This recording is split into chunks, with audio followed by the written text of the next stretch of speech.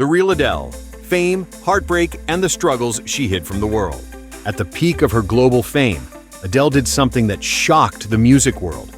She disappeared. No announcements, no tabloid scandal, no farewell tour. Just gone. For years, fans speculated. Was it burnout? Vocal damage? A private heartbreak? But the truth, like most things in Adele's life, was far more complex. Behind that powerhouse voice and record-breaking albums was a woman fighting battles the world couldn't see.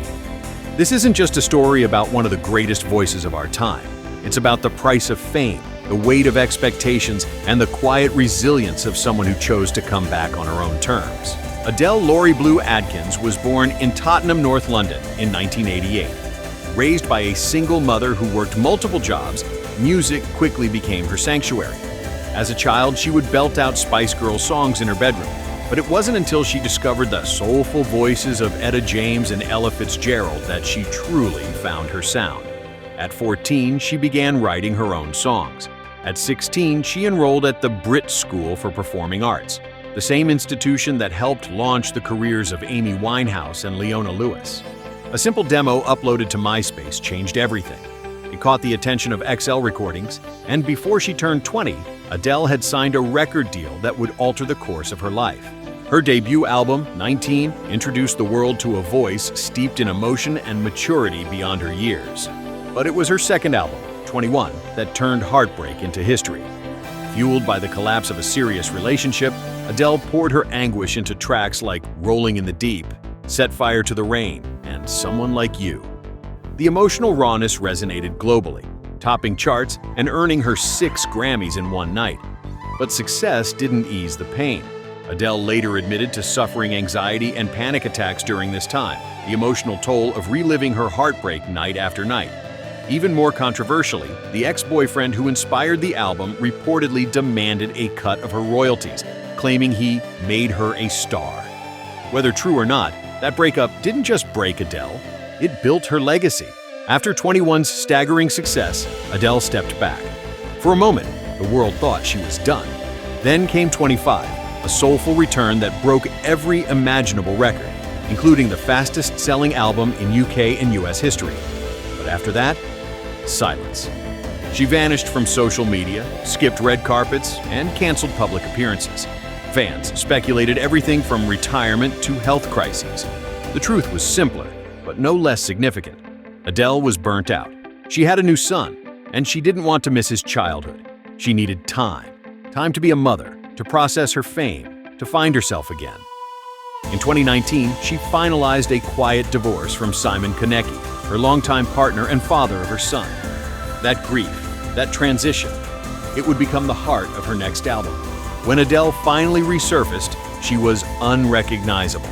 The woman who once said she'd never change her body to sell records had lost over 100 pounds.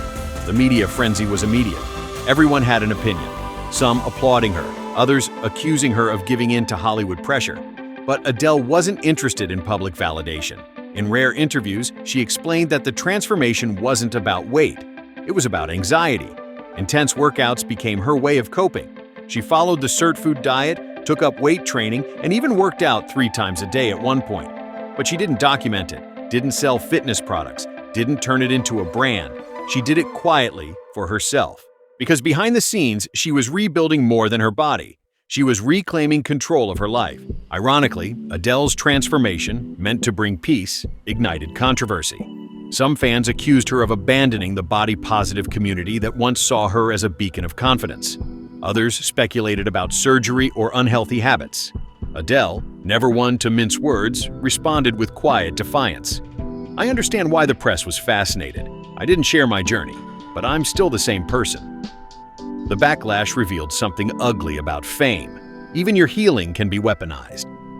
Adele had long sung about pain, but now she was living proof of the complexities behind healing. She wasn't here to be a role model.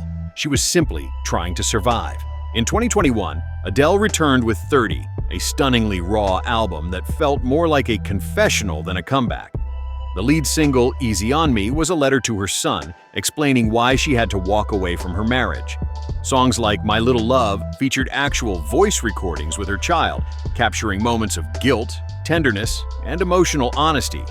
Critics praised the album's vulnerability, calling it her most mature work yet.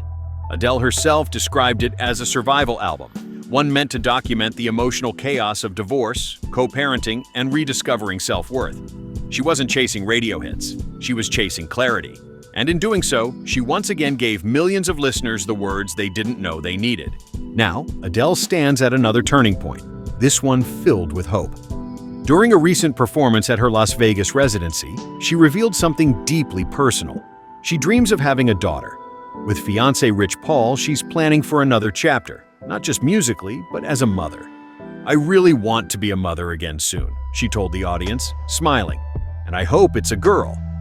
The crowd erupted in applause, not just for the news, but for the tenderness in her voice. It wasn't a publicity stunt or album promo. It was Adele, being Adele, honest, open, and ready to grow.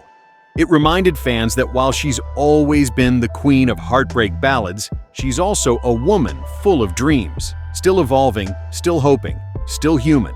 Adele's journey is more than just chart-topping albums and sold-out tours. It's a story of heartbreak turned into art, pain turned into power. She faced intense public scrutiny, personal trauma, and the crushing weight of global fame. And yet, she never became a caricature of celebrity.